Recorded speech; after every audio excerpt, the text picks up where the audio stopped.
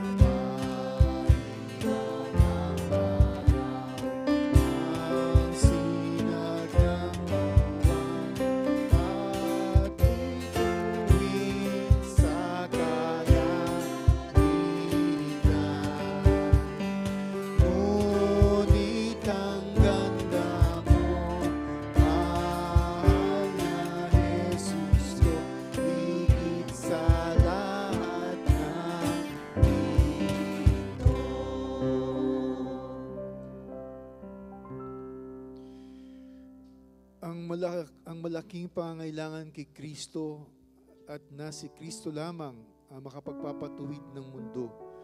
Si Jesus lamang ang kapangyarihan ng Diyos upang iligtas ang mga makasalanan at dalhin sila sa Diyos.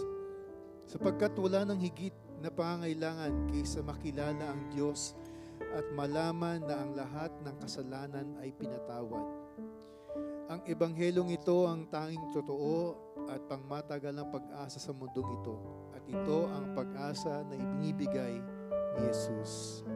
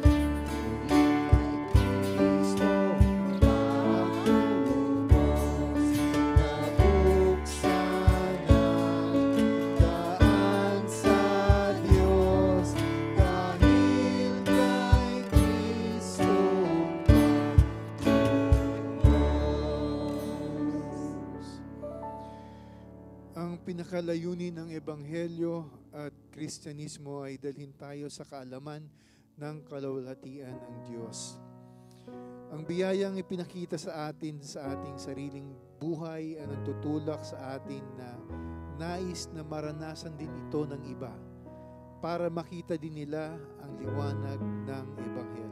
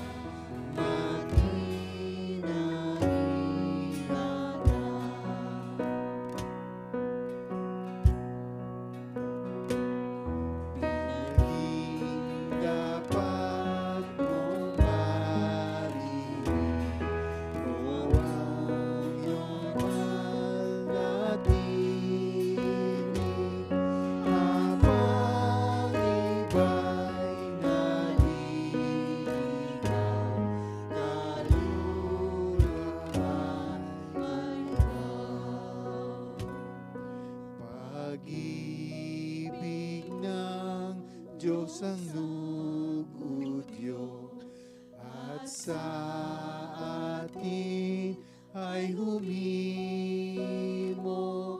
upang kasalan ay iwan at di na mapahamak.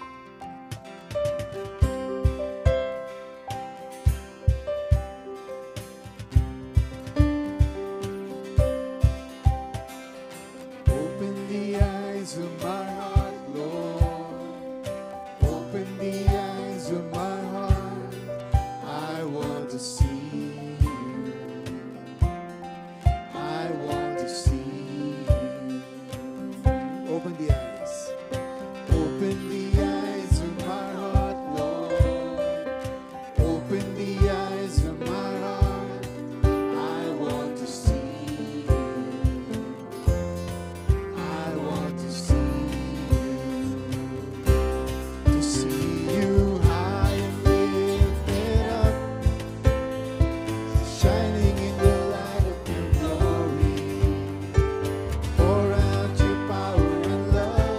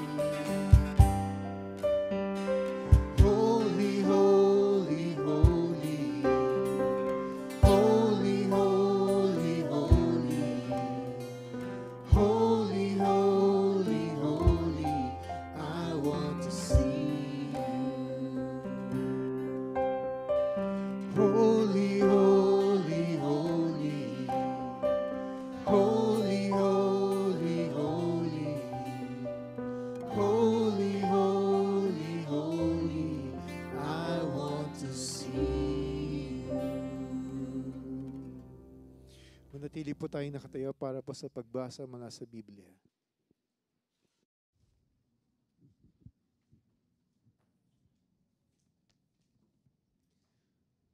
Mga Gawa, Kabanatang 26, talatang 12 hanggang 18. Kaya't naglakbay ako patungo sa Damasco, na taglayang otoridad at pahintulot ng mga punong pari. Nang katanghalian, o hari, ay nakita ko sa daan ang isang liwanag mula sa langit na higit na maliwanag kaysa araw, na nagningning sa palibot ko at sa mga naglalakbay na kasama ko. Nang bumagsak kaming lahat sa lupa, ay narinig ko ang isang tinig na nagsasalita sa akin sa wikang Hebreo, Saulo, Saulo, bakit mo ako inuusig? Makakasakit sa iyo ang sumikad sa matutulis. At sinabi ko, sino ka ba, Panginoon? At sinabi ng Panginoon, ako'y si Jesus na iyong pinag-uusig.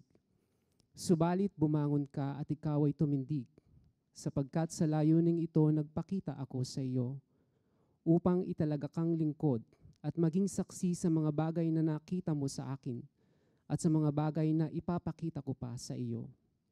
Ililigtas kita sa mga kababayan mo at sa mga hentil, na sa kanila'y isinusugo kita, upang buksan ng kanilang mga mata, at sila'y magbalik mula sa kadiliman tungo sa liwanag, at mula sa kapangyarihan ni Satanas tungo sa Diyos, upang makatanggap sila ng kapatawaran ng mga kasalanan, at ng isang pook sa piling ng mga ginawang banal sa pamamagitan ng pananampalataya sa akin. Mga Gawa, Kabanatang 26, talatang 12 hanggang 18.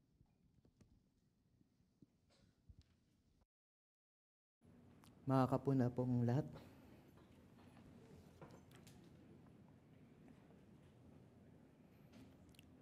Tayo po'y manalangin. Open our eyes. Let us see Christ. May we behold His majesty. Iyan po ang aming dalangin, Panginoon. Dakilang Diyos na makapangyarihan sa lahat, na siyang lumalang ng langit at lupa. Tunay nga po na ikaw lamang ang dapat papurihan sa lahat, dakilain sa lahat. At sa tuwing nga po aming pagmamasdan ng iyo pong kaluwalhatian, heto po kami at nakikita rin po namin ng aming pong mga kahinaan. Panginoon, patawarin niyo po kami sa aming pong mga pagkakasala sa iyo. Sa mga panahon, sa mga oras, saglit, na hindi ang kalooban mo ang aming pong inisip, inuna at isinagawa. Salamat, Panginoon, sa iyo pong kadakilaan at maging sa iyong katapatan, sapagkat alam namin sa lahat po ng ito, kayo nga po ang aming patuloy na kaagapay at gumagabay po sa amin. Maging nga po sa aming pong paglakad, tunay nga po na tapat ka sa pagpapatawad sa aming mga kasalanan sa bawat araw. Salamat po, Panginoon. Salamat po sa lahat ng patuloy na biyaya na ipinagkakalob niyo po sa amin. Sa probisyon, sa ministeryo, salamat po, Panginoon. Panginoon, tinataas po namin ang iyo pong iglesia, sa lokal na iglesia po dito po sa Grace Fellowship Church. Patuloy niyo nga pong pangunahan ng bawat isa. Patuloy niyo nga ang salita mo, ang katotohanan, Panginoon, ang siyang manguna po sa amin. Papalapit po sa iyo at sa paggawa ng iyo pong kagustuhan. Panginoon, naaalala po namin, marami po sa amin may mga pinagdaraanan na mga karamdaman, Panginoon. Dalangin namin ang kagalingan. Kung iyo pong kalooban na pagalingin ang mga may karamdaman, Panginoon. Yan po ang dalangin namin para sa kanila. Naalala po namin, maging ang aming pong kapatid na si Tynes. Dalangin po namin, Panginoon, na maging sa kalagayan po niya ngayon, ikaw po ang patuloy na magbigay sa kanya ng lakas ng loob. Maging Panginoon, kagalingan sa anumang karamdaman, Panginoon, na kanyang pinagdadaanan. Panginoon, gayon din sa sino man na mga dumadaan sa pinansyal, sa relasyon ng mga problema, Panginoon, ikaw nga po ang patuloy na kumagtagpo sa bawat isa. Ano mang sitwasyon, na mga sitwasyon na ito ay lalong maglapit po sa amin sa iyo, sa patuloy na debosyon at pagmamahal at pagsunod. Panginoon, tinataas po namin ang araw na ito, ang oras na ito sa iyo, Panginoon. Sa amin pong pag-aaral ng iyong salita, ikaw po ang manguna. Panginoon, dalangin namin, gaya ng 2 alagad na kasama mong maglakad sa Emmaus, inflame our hearts. Sa katotohanan ng iyo pong salita, buksan mo ang aming mga mata. Makita namin ang kaluwalhatian mo, Panginoong Hesus. Makita namin ang iyo pong kapangyarihan, ang liwanag ng mabuting balita. Yan po ang aming dinadalangin. At nawa, Panginoon, ikaw lamang po ang mapapurihan sa lahat ng ito.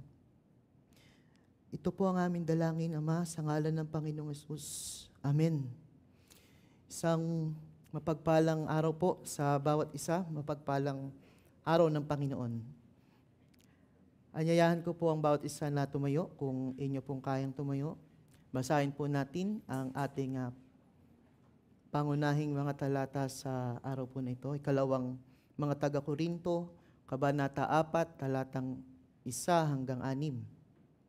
Ito po ang sinasabi, dahil dito, sa pagkakaroon namin ng ministeryong ito sa pamamagitan ng aming tinanggap na habag, kami ay hindi pinanghihinaan ng loob, kundi itinatakwil namin ang mga kahiyahiyang bagay na nakatago.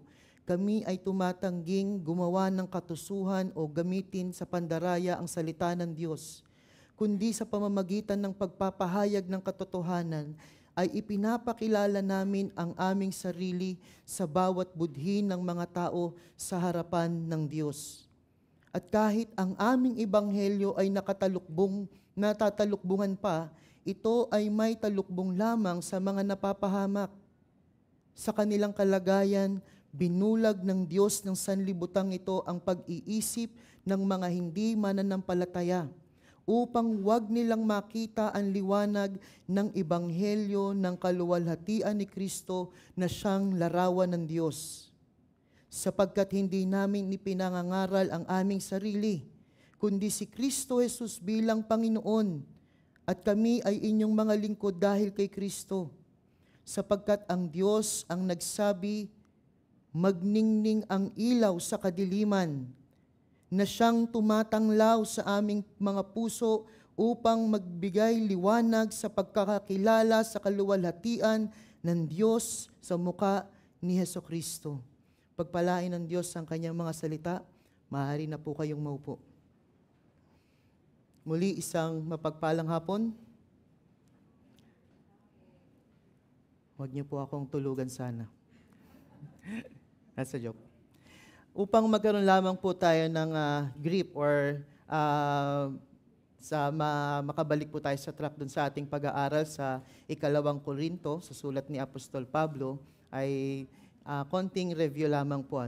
So, the outcome o yung naging resulta po ng severe letter or yung malubhang sulat ni Apostol Pablo sa kanila ay favorable, naging maganda po.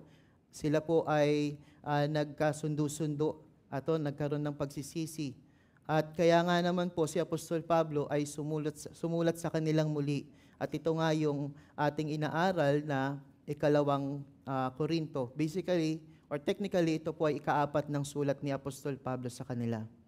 Iyon ay upang i-express or ihayag naman po niya ang kanyang kagalakan sa naging tugon po nila sa mga instructions at sa pagtutuwid ni Apostol Pablo sa kanila. At the same time, ay sa sulat po na ito, nakikita po natin din na nilalabanan ni Apostol Pablo ang mga paratang o akusasyon ng mga huwad na tagapagturo na nakapasok na nga doon sa kalipunan ng iglesia sa Corinto at siyang nakaka-impluwensya po sa kanila. Sa Kabanata 1 ay dinipensa ni Apostol Pablo ang kanyang integridad, ang kanyang budhi o konsensya na sinasabi niyang ito ay malinis. At dahil dito, yung konting pagbabago sa kanyang plano, sa travel plans po niya, na ay hindi naman po dahilan upang isipin nila na siya ay mapandaya or pabago-bago ng kaisipan.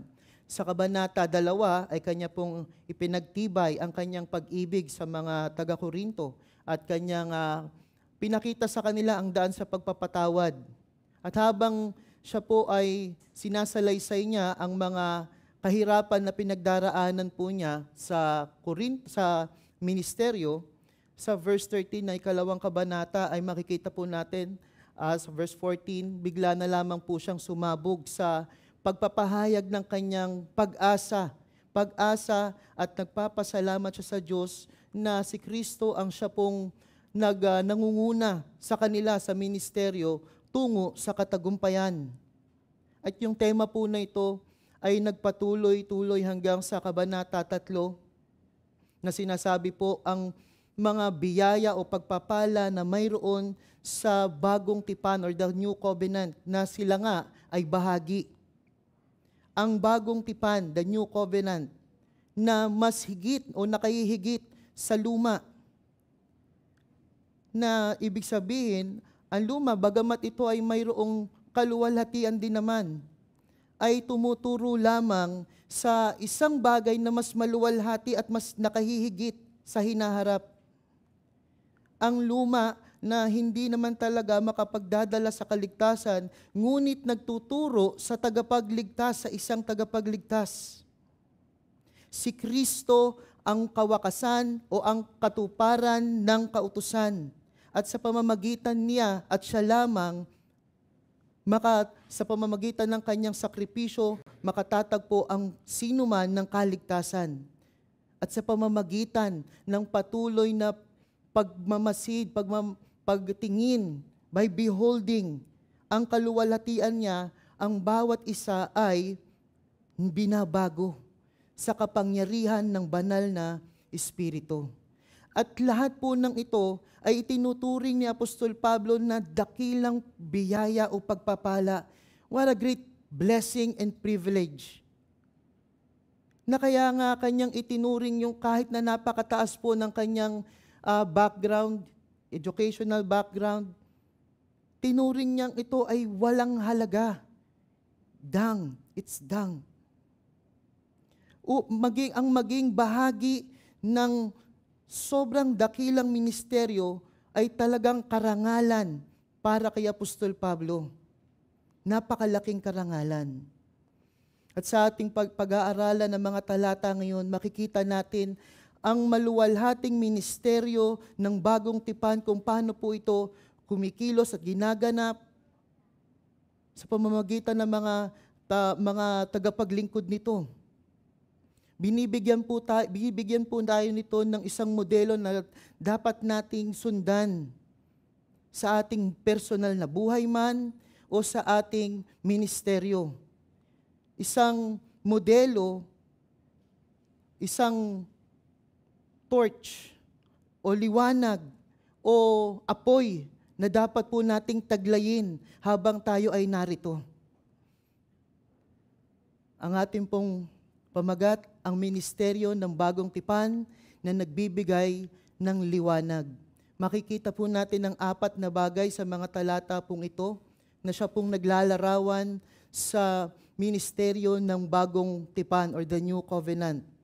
Hindi pinanghihinaan ng loob, itinatakwil ang katusuhan, si Kristo lang ang pinapangaral at sa Diyos lamang umaasa sa pagbibigay ng liwanag. Sa unang bahagi, hindi pinanghihinaan ng loob, sabi ni Apostol Pablo, dahil dito sa pagkakaroon namin ng ministeryong ito sa pamamagitan ng aming tinanggap na habag. Ang salitang dahil dito ay karaka-raka po, immediately ay dinadala tayo pabalik sa mga naunang pinag-usapan. Kabanata 3. Ito nga po ay tumutukoy sa maluwalhating ministeryo ng Bagong Tipan na siyang nagdudulot at nagbibigay ng buhay sa mga patay sa kasalanan. At siya rin namang nagbabago at sa patuloy na pagkaka-expose sa maluwalhati na Kristo ay patuloy na nababago ang bawat isa. Sabi sa 3:18 ng nakalipas na kabanata. At kinikilala ni Apostol Pablo na ang ministeryo pong ito ay tinanggap lamang po niya. Tinanggap lamang, hindi po siya ang may kagagawan nito, hindi po siya ang nagpasimula nito. Ito ay tinanggap lamang niya. Ayon saan? Ayon sa habag o awa ng Diyos. Siya na dati pong lapastangan, siya na dating manguusig, siya na dating bayolente na umaaway sa mga banal. Kung hindi lamang po sa awa ng Diyos, naroon pa rin po siya sa estado na ito, wretched state ng pagiging makasalanan, naroon pa rin siya sa kadiliman. Kaya, gaya na lamang ng ating binasa kanina sa ating scripture reading, verse 18, mga Gawa 26, upang buksan ang kanilang mga mata at sila'y magbalik mula sa kadiliman tungo sa liwanag at mula sa kapangyarihan ni Satanas tungo sa Diyos, upang makatanggap sila ng kapatawaran ng mga kasalanan at ng isang puok sa piling na mga ginawang banal sa pamamagitan ng pananampalataya sa akin. Yan ang pagkakatawag ni Apostol Pablo, na tinanggap niya ang tawag at ang ministeryo mula sa Diyos dahil sa habag. Yan ang ministeryo ng Bagong Tipan. Yan ang ministeryo ng Ebanghelyo na tinanggap ni Apostol Pablo kay Kristo. At yung pong ministeryo na yan ay ipinasa from generation to generation na sa ngayon, ikaw at ako na nananalig kay Kristo ay tinawag din naman at bahagi ng ministeryo, maluwalhating ministeryo ng Ebanghelyo sa pamamagitan ng pananampalataya kay Kristo. Ngayon, dahil sa napakaluwalhati at dakilang ministeryo ng Bagong Tipan, kahanga-hanga, kagilagilalas na ministeryo, ano ang sabi ni Apostol Pablo? Kami ay hindi pinanghihinaan ng loob. We do not lose heart. To lose heart, ang panghinaan ng loob, ibig sabihin ay pagsuko. Mawalan ng lakas ng loob, mapagod, maging duwag na gawin ng isang bagay, ipagpatuloy ang isang bagay. Sabi ni Apostol Pablo, hindi namin ito ginawa. Hindi kami pinanghihinaan ng loob. Hindi kami sumusuko. Hindi kami sumusuko. Ito ay inulit din niya sa bandang huli ng Kabanata 4, sa verse 16, sabi niya, kaya't kami ay hindi pinanghihinaan ng loob, bagamat ang aming panlabas na pagkatao ay nabubulok, ang aming panloob na pagkatao ay binabago araw-araw. Ito ay maaaring konektado sa mga akusasyon laban kay Apostol Pablo. Paanong magiging matagumpay si Apostol Pablo kung ang buong ministeryo niya, the whole ministry ni Apostol Pablo, nakakaranas siya ng iba't iba, samot-saring kaguluhan, kahirapan. Pero si Apostol Pablo, hindi nga po tinanggi ang mga paghihirap na ito. Actually, kanya po itong inisa-isa pa. Kung babasahin po, pakibasa na lang po on your own, nasa 11:23-28, makikita po natin dyan at ibang mga paghihirap na dinaanan ni Apostol Pablo. Nilatigo, na shipwreck, nagutom, nakaranas ng panganib kung saan-saan, nagpuyat, gininaw, nakaranas ng kahubaran. Bukod pa dyan, ang araw-araw na paghihirap para sa iglesia. Napakarami. Kung nag-iisip pa rin po tayo, kung meron ba talagang dahilan si Apostol Pablo para panghinaan ng loob, yan po ang listahan. Tignan na lang po natin. Siguro kung ako lang po, ito listahan. Baka matagal na po akong sumuko. Subalit, Subalit mga kapatid, dahil sa mahiwaga, dakilang ministeryo ng Bagong Tipan, hindi pinanghinaan ng loob si Apostol Pablo.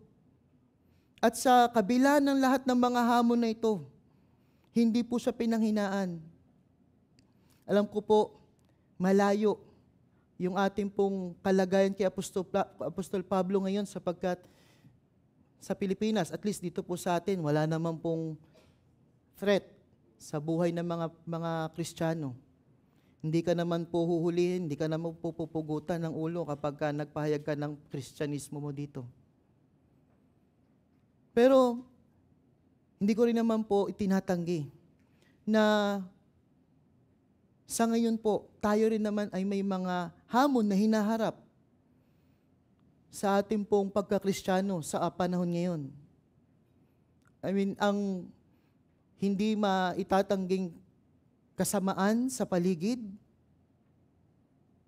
ang patuloy na pagtanggi o rejection, pag-away or pag-ayaw sa mabuting balita, pangungutya o pangahamak, mga pailan-ilan na persekusyon.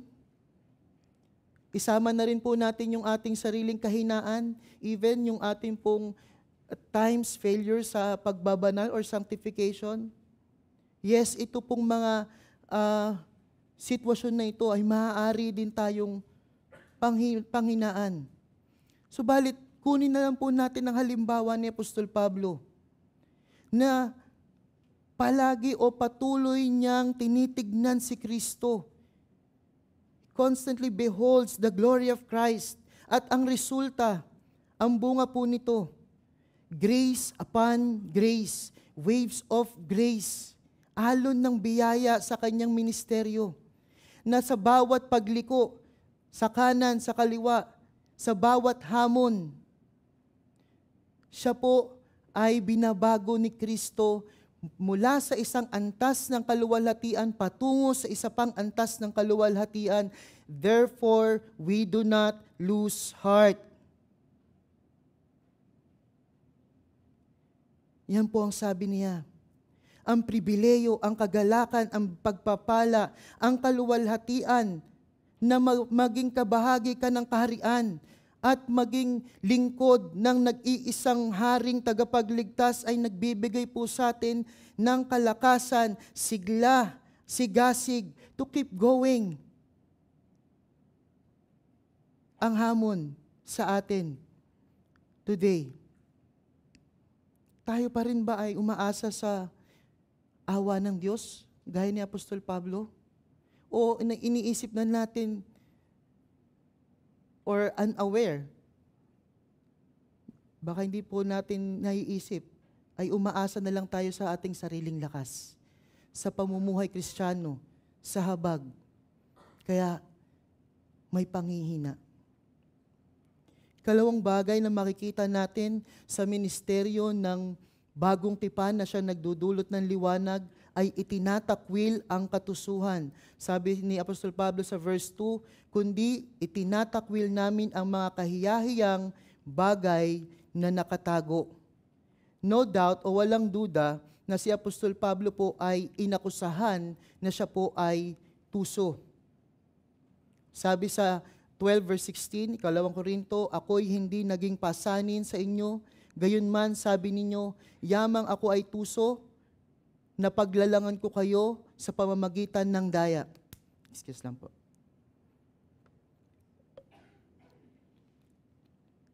Kaya nga sa verse 2, sa halip na panghinaan ng loob si Apostol Pablo, ay itinakwil, sabi niya, ang mga kahiyahiyang mga bagay na nakatago. Na ang ibig sabihin po, sila na mga nasa Bagong Tipan, sila ay patuloy na lumalayo, tinatakwil, kinasusuklaman nila ang anumang hipokresiya o pagpapaimbabaw, ang anumang mga kasalanan na nakatago sa kadiliman ng isang buhay ng isang tao. Like the false teachers, gaya ng mga Pariseo,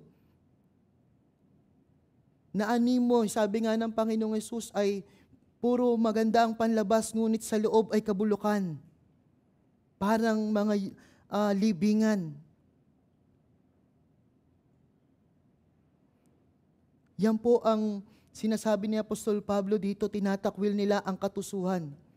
Itong mga huwad na tagapagturo, gumapang silently, maaari, papasok sa Korinto, gamit ang katusuhan. Ang sinasabi nila, si Kristo, okay yan.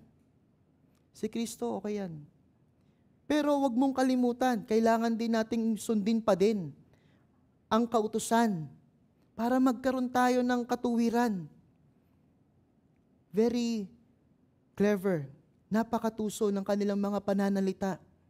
Ang mensahe ni Apostol Pablo, ang ebanghelyo, ang bagong tipan ay malinaw, straightforward, diretsahan. Wala pong tinatagong anumang kasinungalingan. Sabi niya, kami ay tumatangging gumawa ng katusuhan gamit sa pandaraya ng ang salita ng Diyos. Si Apostol Pablo at ang iba pang mga manggagawa ng bagong tipan ay hindi lumalakad sa panlilinlang. Hindi po nila binabago ang salita ng Diyos or adulterate.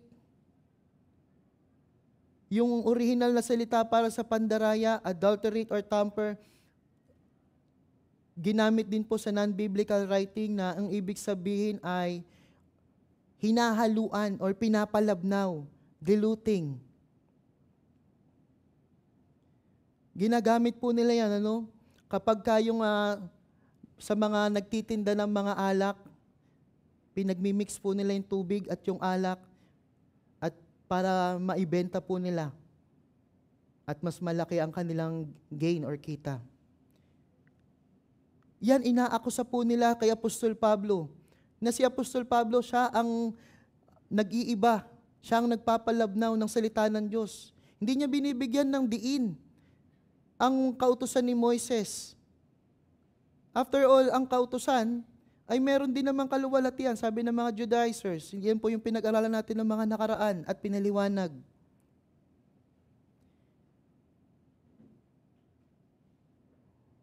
Yan po ang akusasyon nila kay Apostol Pablo.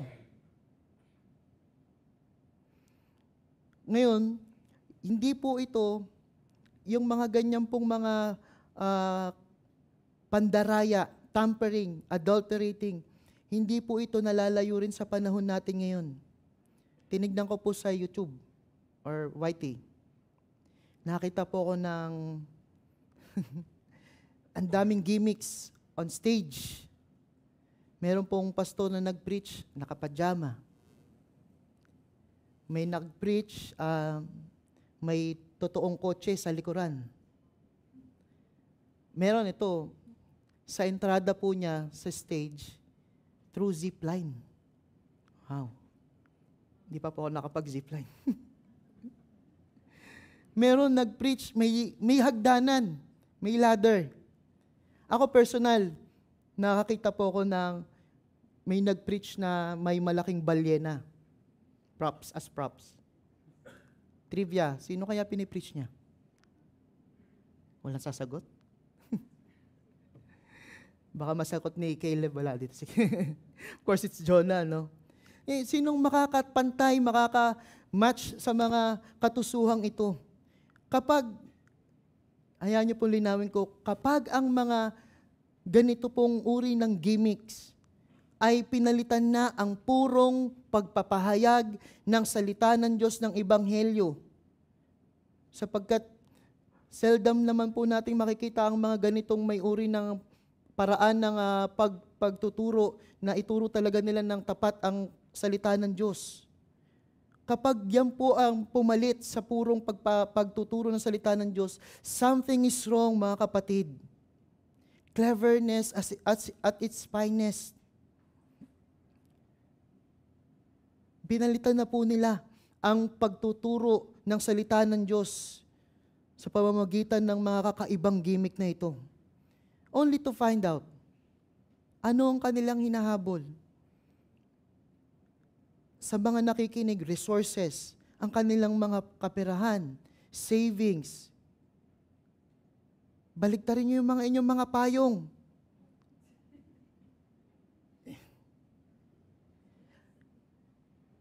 Mga kapatid, kapag ito ang inyong napakinggan, kapag nakaharap kayo nito sa personal o nakakita kayo online, kapatid, tumakbo kayo palayo. Flee.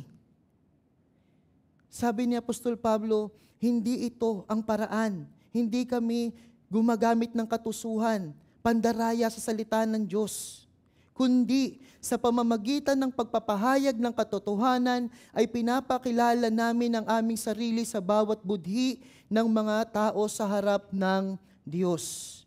Muli, si Apostol Pablo, ang kanyang pinapahayag ay ang Ebanghelyo. Open statement, sabi sa ESV, manifestation sa NASB ng katotohanan. Plainly, simple, maliwanag, straightforward na pamamaraan ng pagtuturo ng katotohanan. Hindi po siya gumamit ng anumang matataas na salita o kahusayan ng pananalita, eloquence, o kahit na anumang pilosopiya ng tao. Ang kanya lamang pong pinahayag ay ang puro at hindi binabago at hindi pinalabnaw na salita ng Diyos na may kalinawan at may kasimplihan. 2 verse 2, sapagkat aking pinasyang walang anumang malaman sa gitna ninyo maliban na si Kristo at siya na ipinako sa krus. Mga kapatid, ang kasimplihan ng mensahe ni Kristo at siya lamang at wala ng iba. At sa pamamagitan ng derechahan na pagpangangaral ng Ebanghelyo, ay kanya pong itinatatag, kanyang ipinakikilala sa kanilang mga konsyensya o budhi na sila ang mga tapat na tagapagturo. Yamang ang lahat po ay mayroon pong konsensya o budhi na ibinigay ng Diyos. Ito po yung moral compass ng isang tao na binigay sa kanya ng Diyos na magdidikta kung tama ba o mali ba. May lakas ng loob si Apostol Pablo na umaapila sa kanilang konsensya na sa pamamagitan ng simple na pagtuturo, pangangaral ng salita ng Diyos, makikilala ng konsensya nila ang tunay na ministro ng Diyos. Lalo na po sila na tinuruan na nga ni Apostol Pablo ng salita ng Diyos.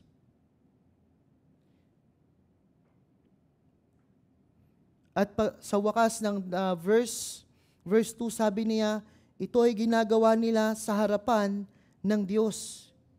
Ang Diyos na siya pong ever-present, laging nariyan, siyang nakakaalam ng lahat ng bagay. Siya ang pinakahukom sa anumang gawa ng mga ministro or the ministers of the New Covenant. Siya lamang po. At para magkaroon si Apostol Pablo nito sa kanyang kaisipan, ito ang siya pong nagre-renda sa kanya, ito po ang siyang kumokontrol sa kanya na lumayo sa anumang katusuhan at panlilinlang. Tayo po sa bahaging ito ng krus sa panahon ngayon, gaya ni Apostol Pablo, ay dapat din naman po nating ipresenta o ipangaral ang bagong tipan, ang ministeryo ng bagong tipan, at kailangan po din nating itakwil ang anumang katusuhan, panlilinlang. Nawa po, hindi natin baguhin, hindi natin palabnawin ang salita ng Diyos, kundi palaging ituro, ipangaral ng puro lamang. Ikatlong bagay sa ministeryo ng bagong tipan, si Kristo lang ang pinapangaral. At kahit ang aming ebanghelyo ay natatalukbungan pa, ito ay may talukbong lamang sa mga napapahamak. Gaya nga po ng ating pinag-aralan na, napakarami sa mga kritiko, mga kumakalaban kay Apostol Pablo. Kinaatake po nila yung kanyang pamamaraan na si Pablo simple lang. Di siya gumagamit ng mga filosofiya ng tao, mga matataas at mga sophisticated na salita. Yung kanyang content o yung nilalaman ng kanyang mensahe, simple. Kaligtasan sa pananampalataya kay Kristo lamang. At ang pinaparatang po nila, dahil dyan, sa kasimplihan niya, siya ay hindi epektibo. Kaya marami ang hindi sumasama. Hindi siya attracted. Kaya nananatiling maliit yung mga kongregasyon. Yan ang paratang ng mga kumakalaban kay Apostol Pablo. Ito po, yung ganitong uri ng flawed thinking or maling kaisipan ay gumagana pa rin po hanggang sa ngayon. Na iniisip na ang simpleng pagtuturo ng salita ng Diyos ay hindi sapat. Kaya naman ang karamihan ay napupunta sa paggamit ng kung ano-anong metodolohiya para punuan ang iglesia, para mapuno ang mga upuan. Bakit nga ba? Bakit nga ba hindi napupuno? Ipaniliwanag ni Apostol Pablo. Bagamat itinuturo nila ng maliwanag, simple, straightforward o diretsahan ang salita ng Diyos, bakit maraming nagre-reject? Sabi niya, at kahit ang aming ebanghelyo ay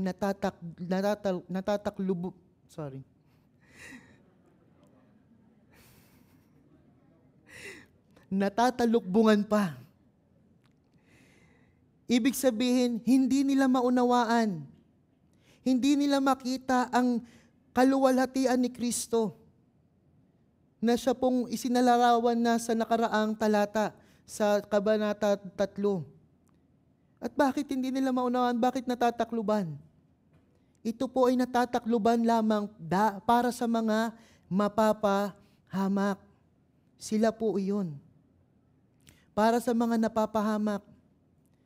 Ang dahilan kung bakit may talukbong, kung bakit hindi nila kayang makita ang kaluwalhatian ni Kristo, ay hindi po dapat isisi sa simple at diretsahan nilang pamamaraan ng pagtuturo at pangangaral ng Ebanghelyo. Hindi po yun. Kundi dahil sila po ay mga mapapahamak, may nakatalukbong sa kanilang kaisipan. Hindi nila kaya sa kanilang sarili na makita. Actually, ito po ay nakakatakot. Dahil nakikita po natin dito ang complete lostness o ang lubos na kaligawan ng tao, ang total depravity o ang lubos na kasamaan ng tao, na sa kanyang natural na disposisyon bilang makasalanan, siya po ay walang magagawa. 2 verse 14, unang Korinto, ngunit ang taong hindi ayon sa Espiritu ay hindi tumatanggap ng mga bagay ng Espiritu ng Diyos, sapagkat ang mga iyon ay kahangalan sa Kanya at hindi niya iyon nauunawaan, sapagkat ang mga iyon ay nauunawaan sa pamamagitan ng Espiritu.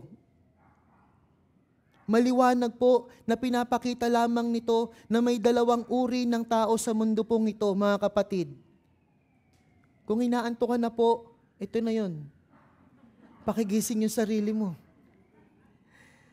May dalawang uri ng tao sa mundong ito. Ano yun? Ang taong namumuhay sa kadiliman at ang taong nasa kaliwanagan. Ngayon, sila na mga nasa kaliwanagan na, gaya ni Apostol Pablo, nang siya ay tawagin ni Kristo sa daan sa Damasco, literal na binulag ng ilang araw. Ilang araw, binulag siya. Ngunit, bulag naman talaga siya, hindi po ba? Bulag talaga siya mula sa pagkakasilang niya spiritually blind. Na kung hindi lamang po kumilos ang Diyos sa awa ng Diyos at biyaya ng Diyos, ay hindi niya rin makikita ang liwanag ni Kristo. Kapatid, kung nakikita mo na ang liwanag ngayon ng Ebanghelyo, hindi yan dahil sa kagagawan mo. It's not by your own doing. Yan ay dahil kumilos na ang Diyos sa'yo. Subalit, sila na mga nananatili sa kadiliman, kahit pa ipresenta sa kanila ang mabuting balita, Sila nananatili pa roon dahil sa kanilang pagtanggi sa liwanag. Yan ay dahil sa kanilang pagtanggi sa liwanag. Sapagkat mas inibig pa nila ang kadiliman kaysa sa liwanag, sabi ni Juan. Albert Barnes, sabi niya, Tagalog ko na lang po babasahin, hindi kasalanan ng araw kung ipikit ng mga tao ang kanilang mga mata at hindi ito makita. Hindi kasalanan ng isang umaagos na sapa o isang bumubulusok na bukal kung hindi ito iinumin ng mga tao. Sa halip ay pipiliin nilang mamatay sa uhaw. Hindi kinukubli at itinatago ng Ebanghelyo ang sarili nitong kaluwalhatian gaya ng sa araw. Ito mismo ay malinaw at ganap na pagpapahayag ng Diyos at ng Kanyang biyaya. At ang kaluwalhatiang iyon ay iniaangkop upang magbigay liwanag sa nalilitong isipan ng mga tao. Tinatanggihan ang kaliwanagan. Yan po kung bakit hindi pa rin nila makita ang liwanag. Moreover, verse 4, sabi ni Apostol Pablo, sa kanilang kalagayan, binulag ng Diyos ng sanlibutang ito ang pag-iisip ng mga hindi mananampalataya upang wag nilang makita ang liwanag ng Ebanghelyo ng kaluwalhatian ni Kristo na siyang larawan ng Diyos. Kaya nga, higit pa riyan, mula sa pagiging makasalanan ng tao at sa kanyang kadiliman ng puso, ang Diyos ng sanlibutang ito ay binulag sila upang hindi nga nila makita ang liwanag ng Ebanghelyo. Mula pa po sa pagbagsak ng tao sa kasalanan doon sa Hardin ng Eden, ang tao ay napasailalim na sa kapangyarihan at pamamahala ni Satanas dahil sa kasalanan. Si Satanas po ang nasa likod. He is behind. Sa likod ng lahat ng mga sistema ng kasamaan sa mundong ito. Anumang ideolohiya, filosofiya, opinyon, pag-asa, edukasyon, ekonomiya, current trends. Lahat po yan ay kontrolado ni Satanas at dinisenyo niya upang ilayo ang tao sa katotohanan at magpatuloy sa kabulagan. Sa pagkukomento, sabi ni John MacArthur po sa talatang ito, sa lahat ng mga sistema at mga pandaraya ng kalaban ni Satanas, maaaring ang pinakamatindi sa lahat na sandata niya para manatiling bulag ang mga tao ay ang mali o kasinungalingan, maling relihiyon, the false religion. Kaya naman, hindi po lahat ay nakakakita ng liwanag. At sa pamamagitan ng kanyang panlilinlang, ang tao po sa kanyang sarili ay alipin ni Satanas sa pamamagitan ng kanyang mga pakana, mga plano. Kaya nga po siya itinawag na Diyos ng sanlibutan.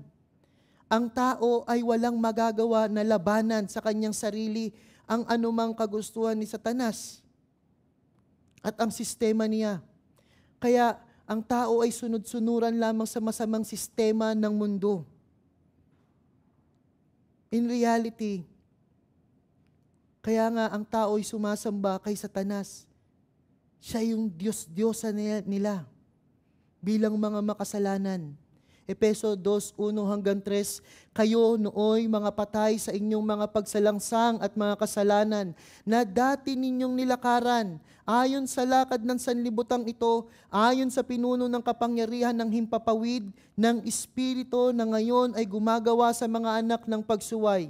Tayong lahat ay dating nabuhay sa gitna ng mga ito, sa mga pagnanasa ng laman na ating ginagawa ang mga nais ng laman at ng pag-iisip. At tayo noon ay katutubong mga anak ng kapuotan, gaya naman ng mga iba. Kaya nga, sa punto ni Apostol Pablo, hindi maaaring sisihin ang plain, simple, straightforward presentasyon ng mabuting balita kung bakit hindi tayo napupuno. Sa halip, sabi niya sa verse 5, sapagkat hindi namin pinangangaral ang aming mga sarili. Ni hindi nga, sabi ni Apostol Pablo, ni hindi nga yung aming sarili. Yung aming pinapangaral dito, paano kami yung sisisihin, paano kami ang may kasalanan, paano ito ay makikitang kahinaan namin. Gaya ng sinasabi ng mga kumakalaban sa Kanya. Hindi yung kakulangan sa abilidad, hindi yung kakulangan sa kahusayang magsalita ang dahilan. Ni hindi nga po nila pinapangaral yung kanilang sarili. Ni hindi nga po yung sarili niya o hindi siya naghahanap ng atensyon patungo sa kanyang sarili. Kaya habang ang dinidepensahan niya ang ministeryo, ang mabuting balita, palaging doon nakasentro. Sa katotohanan lamang, hindi sa kanilang mga sarili. Dahil alam niya, kahit itong mga bagay na ito, ay wala naman pong kapangyarihan yung pagpapromote ng sarili. Wala pong kapangyarihan na magbago ng puso ng tao. Wala pong kapangyarihan na magdulot ng liwanag sa puso ng tao kung ang ipapahayag ng isang mangangaral ay ang kanyang sarili. Kaya nga ang ministeryo ng Bagong Tipan ay laging nakasentro lamang kay Kristo. Sa lahat, sa katuruan at sa ministeryo. Meron pong mga ngaral ngayon na mula sa punto ng pagkahawak ng mikropono hanggang sa pagtatapos ng sermon, ang sinasabi ay patungkol sa kanya at sa kanyang buhay. Ginagawa ang kanilang mga sarili na sentro ng katuruan at ng ministeryo. Siguro kung si Apostol Pablo po ngayon nabubuhay, malamang magtataka tayo sa kanya. We'll be puzzled. Bakit? Any life update, Paul? May life update ka ba sa FB mo? Paul, yung Pablo, yung last IG post mo, 1 dekada na nakalipas eh. Uy, ba't hindi mo tinatry yung TikTok? Wala po akong sinasabing in this day and age of self-promoting, malulungkot si Apostol Pablo. Yun po ang masama kapag ang itinataas ay ang sarili. Kapag wala ng ibang bukang bibig kundi ang sarili patungkol sa sarili. At nawa po ay hindi po ito masabi sa atin, sa ministeryo ngayon. May it never be said of us.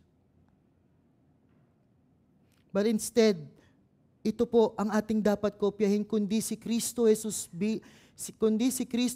bilang Panginoon lamang ang kanilang ipinapangaral. Si Jesus na superior, pinakamataas sa lahat. Siya na Mesiyas, Kristo, ang pinakahinihintay na itinakda, hinirang, maging sa lumang tipan. Siya ang Panginoon, the most powerful ruler, the one who has dominion, may kapangyarihan sa lahat. The anointed Savior. Siya po ang namamahala sa lahat, si Kristo. Mula po sa pagkakatawag ni Kristo kay Apostol Pablo, hindi po nawala yung kanyang focus sa misyon niya. Ipangaral si Kristo at siya lamang. Sapagkat alam niya, based sa kanyang experience, naging bahagi both ng naging bahagi po siya nitong ministeryo po na ito. Doon sa pinanghawakan niyang luma at dito rin naman sa bagong ministeryo na dulot ng Panginoong Hesukristo. ang kautusan ay hindi nakapagbibigay buhay. Ang kautusan ay hindi nakapagbibigay ng kaligtasan. Alam po ito ni Apostol Pablo. Ito lamang ay nagbibigay ng kaunawaan na ang isa nga ay hindi niya kayang abutin ang pamantayan ng Diyos na kaperpektuhan o kabanalan. At alam na alam din ni Apostol Pablo na ang bagong tipan kay Kristo, ang Ebanghelyo, na siyang mas maluwalhati, ang siya lamang pong may kapangyarihan na magbigay at magdulot ng liwanag sa madilim na puso ng mga tao. May kapangyarihan na magbigay ng tunay na kalayaan. May kapangyarihan na magbigay ng tunay na pagbabago. Kaya nga hindi niya po inalpasan ang katotohanan ito mula sa pagkakatawag sa kanya hanggang sa siya po ay mamatay. Muli ang tawag sa kanya, Gawa 26:18, buksan ang kanilang mga mata, magbalik mula sa kadiliman tungo sa liwanag, mula sa kapangyarihan ni Satanas tungo sa Diyos. Makatanggap sila ng kapatawaran ng kasalanan. Kaya si Kristo lamang ang kanyang pinapangaral. Mga tao sa bagong tipan, New Covenant people, nawa ay magkaroon din po tayo ng parehong init ng pag-ibig, same passion, sigla para kay Kristo sa kanyang pangalan at sa kanyang kaluwalhatian. Yamang nalalaman din po natin ngayon, gaya ni Apostol Pablo, na nasa atin yung antidote, lunas sa pinakamalalang cancer sa buhay, ang kasalanan, ang kadiliman ng puso. Juan 1 verse 9, siya, si Kristo, ang tunay na ilaw na tumatanglaw sa bawat dumarating sa sanlibutan. Gawa 4 verse 12, walang kaligtasan sa kanino paman sapagkat walang ibang pangalan sa ilalim ng langit na ibinibigay sa mga tao na ating ikaliligtas, kundi kay Jesucristo lamang. Ito dapat po nating tularan, mga kapatid. Tularan, gaya ni Apostol Pablo, saan man siya bumaling, si Kristo ang kanyang pinangaral. Maging siya ay malaya o nakabilanggo, ipinangaral niya si Kristo. Maging siya ay tinatanggap ng mga tao o inuusig, ipinangaral niya si Kristo. Maging siya ay nasa harap ng hari o nasa harap ng bantay ng bilangguan, ipinangaral niya si Kristo. Si Kristo, si Jesus.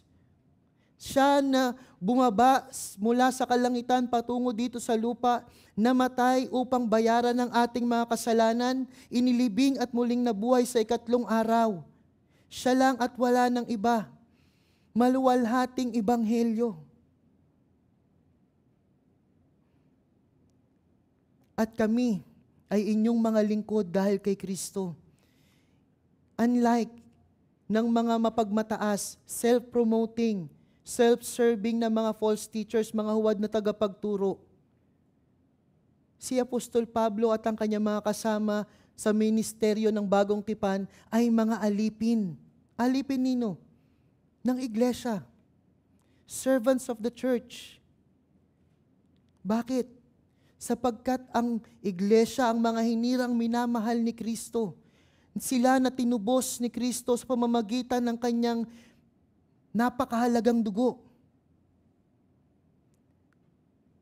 Nakita na ba tayo ng alipin na bumibida sa hapagkainan ng mga amo? Hindi po. Ang mga alipin, hindi po nila pwedeng ibida o i-promote yung kanilang sarili o yung kanilang kaisipan. Lagi po silang nasa likod lamang. They always work behind the scene, hindi sa spotlight. Ang kanilang opinion ay walang halaga. Yun lamang sa amo nila o Panginoon nila. Ganyan po ang ministeryo ni Apostol Pablo. Palaging para sa kaluwalhatian ni Kristo at para sa ikabubuti ng iglesia.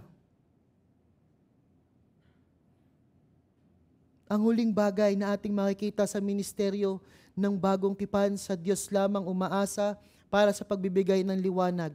Sapagkat ang Diyos ang nagsasabi, magningning ang ilaw sa kadiliman na siyang tumatanglaw sa aming mga puso upang magbigay liwanag sa pagkakilala sa kaluwalhatian ng Diyos sa mukha ni Kristo.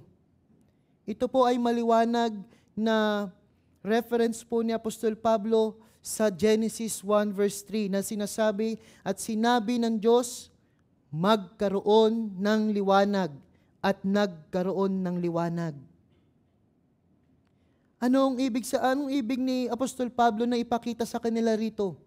Ibig po niyang makita nila na siyang parehong Diyos na may kapangyarihan sa simula na lumikha ng liwanag mula sa wala, mula sa kadiliman, ay siya rin pong Diyos na may kakayahang lumikha ng kaliwanagan sa puso ng bawat taong nasa kadiliman ng kasalanan.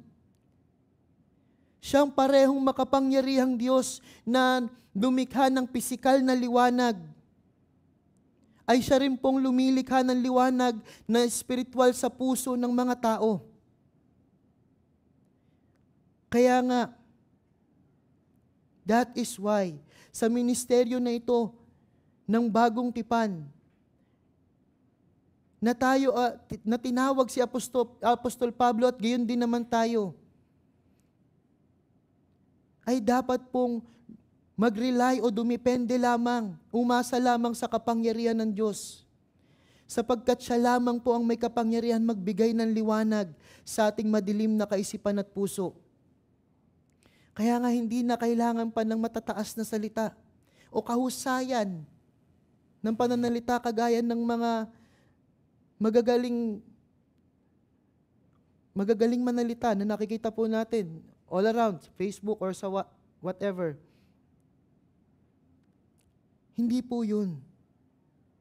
Ang Diyos lamang po ang makapagbabago at makapagdudulot ng liwanag. Sa pamamagitan ng kapangyarihan ng Espiritu Santo at matapat na pagpapahayag ng salita ng Diyos. Binalikan niya po ang kanyang tema na kaluwalhatian ng Diyos na nakikita sa mukha ng Panginoong Hesukristo. Mga kapatid, ang kapangyarihan at ang abilidad, kakayahan na magbago ay nasa Diyos lamang. Magiging malinis sa lahat ng inyong karumihan. Bibigyan ko kayo ng bagong puso at lalagyan ko kayo ng bagong espiritu sa loob ninyo. Aking aalisin ang batong puso sa inyong laman at aking bibigyan kayo ng pusong laman. Aking ilalagay ang aking espiritu sa loob ninyo at palalakarin ko kayo ng ayon sa aking mga tuntunin at magiging maingat kayo sa pagsunod sa aking mga batas. Ang bagong tipan, the new covenant. Ang kapangyarihan ay na kay Kristo na siyang nagdudulot sa sino mang makasalanan na makita ang kaluwalhatian at mabago sa patungo sa pagiging tulad niya. Verse 18 ng chapter 3, at tayong lahat na walang talukbong ang muka, na nakikita ang kaluwalhatian ng Panginoon gaya ng sa isang salamin, ay nababago sa gayunding larawan mula sa kaluwalhatian tungo sa kaluwalhatian, sapagkat ito ay mula sa Panginoon na siyang Espiritu. Mula po sa punto ng ating kaligtasan at sa pagkakahugpong sa atin, pagkakasali sa atin sa ministeryo ng Bagong Tipan, hanggang sa ngayon, habang binabagtas po natin ang ating buhay sa masalimuot na buhay na ito, ang kapangyarihan na magbago mula sa simula hanggang sa dulo ay na kay Kristo, kapatid. Yan ang kaluwalhatian ng Bagong Tipan, ministeryo ng Bagong Tipan na nagdudulot o nagbibigay ng liwanag. Kapatid, mga tao sa Bagong Tipan, people of the New Covenant, patuloy po nating ituon ang ating paningin to behold Christ's glory, ang kaluwalhatian niya. At mabago po tayo sa pagiging tulad niya. Kaya sa anumang sitwasyon na ating pong pagdaanan dito sa lupa, sa madilim na mundo pong ito, mga karamdaman na nakakatakot, cancer, kawalan ng hanap buhay, kawalan ng katarungan, even mga mahal sa buhay na hindi ayaw sa mabuting balita, kahit na ano pa man sa mga iyan ang ating pong pagdaanan, hindi po tayo panghihinaan kung nakatuon ang ating paningin kay Kristo sa kanyang kaluwalhatian. At kahit na ano pa man po ang pag-uusig na ating harapin, gaya ni Apostol Pablo, ay manatili po tayong tapat sa pagkakatawag sa atin sa patuloy na pagpapahayag ng hindi binabago at hindi pinapalabnaw na ebanghelyo. Yan po ang hamon sa atin ngayon. Kaibigan, 2:49 na po. Kung ang mahabang sermon po na ito ay naboring ka, hindi po ako magsasorry. I'm sorry, but I'm not sorry. Maaaring naiinip ka na i-check ang something sa social media mo. Or you'd rather be somewhere else. Maaaring may malaking posibilidad. Bakit ganun? Kawalan ng interes. Bakit ganun? Maaaring wala ka pa sa liwanag, kaibigan, ng mabuting balita. Hindi mo pa nauunawaan ng kaluwalhatian. Ikaw ay nasa kadiliman pa ng kasalanan. Hindi kita gustong takutin pero hayaan mong takutin kita. Ang pananatili sa kadiliman ng kasalanan, ang idudulot sa iyo niyan ay walang hanggan na kaparusahan sa impyerno, kaibigan. Maaaring ngingisi-ngisi ka. You may be smirking.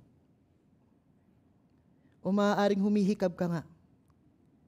Pero kaibigan, ito ay usapin ng buhay at kamatayan. Ito ang imbitasyon sa iyo patungo sa liwanag, Efeso 5:14, sapagkat anumang bagay na nakikita ay liwanag. Kaya't sinasabi, gumising ka, ikaw na natutulog, at bumangon mula sa mga patay at si Kristo ay magliliwanag sa iyo. Come to Christ. Lumapit ka kay Kristo. Magpakumbaba at magsisi. Luwalhati sa nag-iisang Diyos at tagapagligtas ang ating Panginoong Hesus.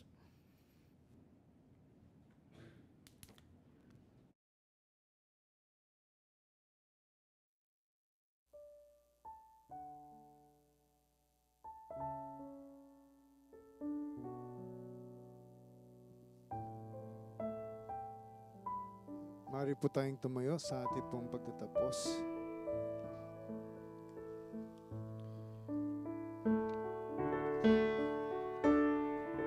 Mayroong isang bagay na makapangyarihan sa ating buhay at iyon ay hanapin ang mukha ni Jesus higit sa lahat.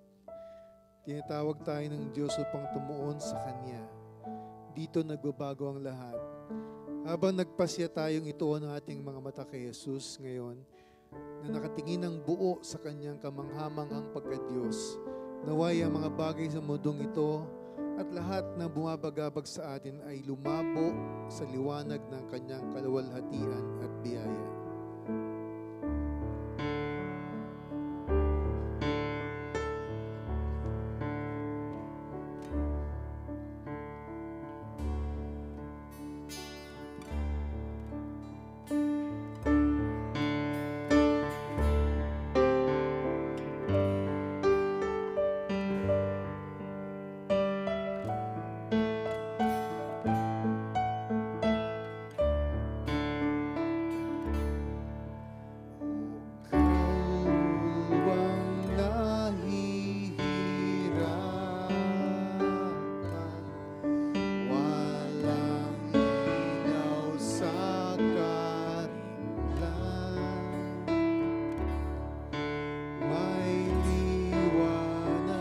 sa manunubos, may buhay sa kanyang lubos. Tingnan si Jesucristo, masdan kanyang kagandahan, mapaparampang akit ng mundo sa kanyang kaluwalhatian. Siya'y bumangon sa kamatayan, sa buhay na walang hanggan. At tayo'y kasamang nabuhay, higit pa sa nagtagumpay. Tingnan si Jesucristo, masdan kanyang kagandahan, mapaparampang akit ng mundo sa kanyang kaluwalhatian.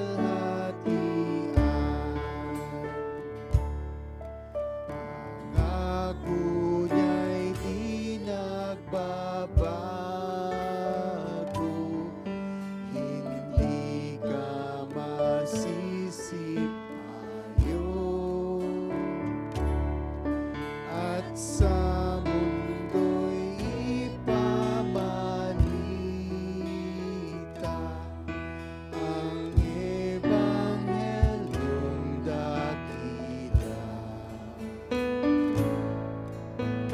Tingnan si Jesucristo, masdan kanyang kagandahan, mapaparampang akit ng mundo sa kanyang kaluwalhatian, mapaparampang akit ng mundo sa kanyang kaluwalhatian.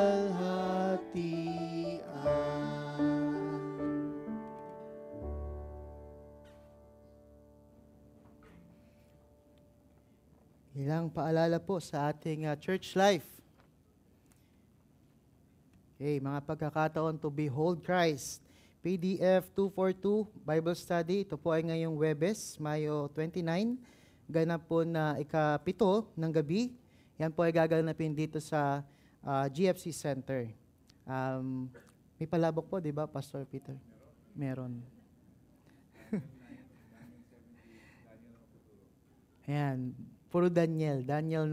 Very good series po. Okay. So, next, Men of the Word. Yan naman po ay magpapatuloy yung mini conference po na The Sins We Excuse, about the danger of justifying little sins with white lies and compromises, and the thinking that these are harmless. So gaganapin pa rin po dito yan sa GFC Center sa Sabado, Mayo 31. Ito po ay 8 a.m. to 12. So bukas po ito para sa lahat ng kalalakihan. So inanyayahan kayong isama ang inyong pamilya at mga kaibigan. Muli, inihikayat ang mga asawang babae na markahan ang petsang ito para sa inyo pong mga asawang lalaki. Ayan. Third, members meeting. Itala sa inyong kalendaryo sa Hunyo 8 or June 8, Linggo, ganap na 3:30 ng hapon, ay gaganapin po ang susunod nating members assembly and right hand of fellowship So inaanyayahan ng lahat ng miyembro ng GFC na dumalo. Okay. And lastly, baka meron sa likod, wala po. Okay, lastly, couple seminar. Sa lahat ng mga mag-asawa, masaya pa o sawa na? Ulitin ko yan. Sa lahat ng mga mag-asawa, masaya pa o sawa na? Inaanyayahan po namin kayo na sumali sa 2 araw na seminar. So ito po yung ating couple seminar, marriage, millstones or milestones na magaganap ngayong Hunyo 27 hanggang 28 dito po sa GFC Center din. So sa mga malapit din pong ikasal, mayroon po kayong kaibigan na maaaring interesado, mag-inquire lamang po sa likod. Ilang slots na lamang po ang natitira at ngayon na po ang huling araw para sa registration at payment. Okay, maraming salamat po. Tayo po ay manalangin. Dakilang Diyos, tulungan niyo nga po kami na patuloy na pagmasdan ang kaluwalhatian ng Panginoong Hesukristo sa bawat araw, na kami nga po ay mabago at patuloy na mabago tungo sa isang antas ng kaluwalhatian hanggang sa isa pang antas ng kaluwalhatian.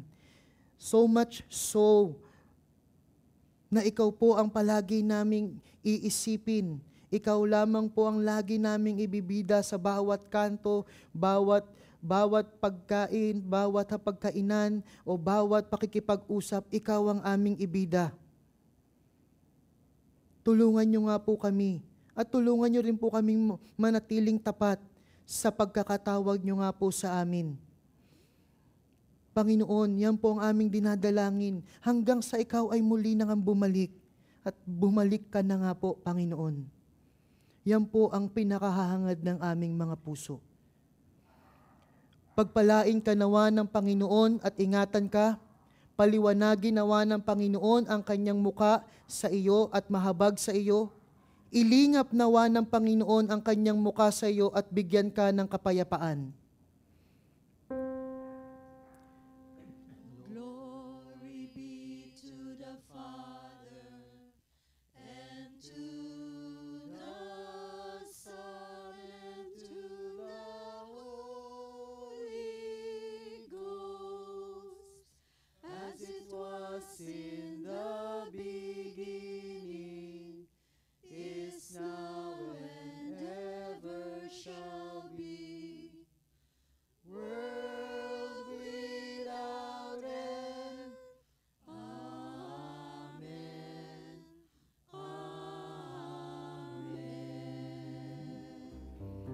Mapagpalang araw ng Panginoon muli sa inyo lahat.